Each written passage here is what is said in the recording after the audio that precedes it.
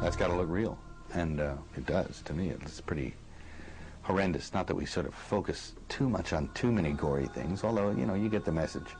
But where it has to be quite real, it is. And the special effects are nothing short of brilliant. I've never seen anything quite like them. You don't know that they're special effects. That's how good they are. You don't know. Jim is not just Jim Caviezel in this movie. There's no one thing that has Jim just being him. He either has a wig, he always has a nose prosthetic on that we apply every single day.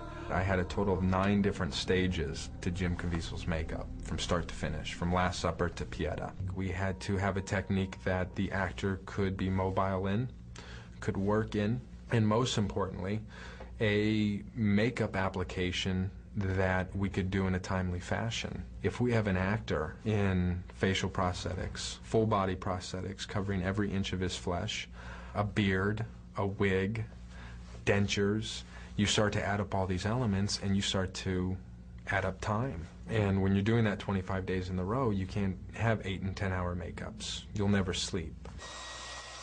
We ended up developing a technique based off of a temporary tattoo idea. It's a 3-dimensional prosthetic that is transferred to the skin via water. And these prosthetics are attached to giant sheets of paper. And we had this special chair that we'd constructed for Jim. And that way we could get around his entire body. We could get the front, the back, behind the legs, the front of the legs, around the arms. And we were able to take these giant sheets of prosthetics that were attached to paper, stick them on his body, wet it with water, and then peel off the paper, and all these pieces were attached to his body. And it cut the process down of what would normally we kind of guesstimated would have been an 8-hour makeup down to about a 2-hour makeup. There were moments when, just for whatever reason that day, the weather wasn't in our favor. He'd be in this entire makeup after the finished process, and we were unable to shoot. So rather than remove him out of the makeup, he would go home and sleep in his makeup. Literally just his body torn up, looking in his face all, you know, scraped, and his eyes swollen. And sure enough, the next day he would come in, everything would be great, and we'd start our day. Those nights were really nice because we actually got more than 2 hours sleep, so that was good. We got this guy, Tony Bertorelli, on the set one day, and he came in late in the picture because he replaced another actor who had to leave. And he was just walking down to the set, smoking a cigarette in his Pharisee outfit, you know, a cup of coffee, cigarette. He's walking down the set, and he bumped into Jim in the parking lot in his full getup, and it stopped him.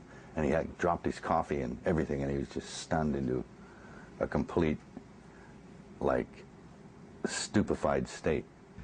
And we had to show that. We had to make it sympathetic. I think one of the biggest struggles was trying to make this makeup as real as possible, and at the same time make sure that there was still a human element, something that the audience could connect to.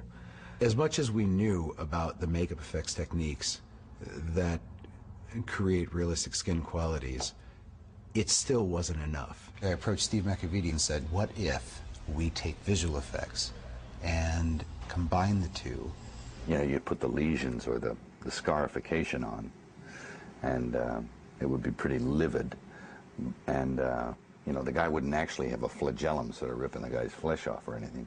He would just kind of fake it, and we'd have to cover up the wound with computer-generated skin, and then as the flagellum would come through, you'd actually reveal the wound that was already on him. So it was kind of like the reverse of what most people would have done. Yeah, you feel a little bit too far away right now. Too far? How's that? Yeah, that I believe.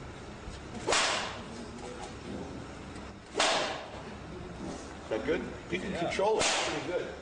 I'm not really giving it too hard, like when I'm selling it. Yeah.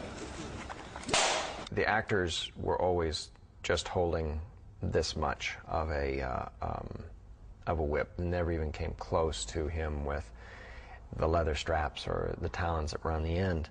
We brought back the actual props and made playback loops of the chosen takes so that he could see what he was doing. Then here in front of a green screen, we had a puppeteer in various, sometimes almost comical positions to try to get himself out of the shot, puppeteering what the actors were doing. It also gave us real lighting, real gravity, the tines interacted with each other. None of that has to be programmed or specifically animated. And at the end of the day, we've got 7 or 8 elements for 7 or 8 shots done.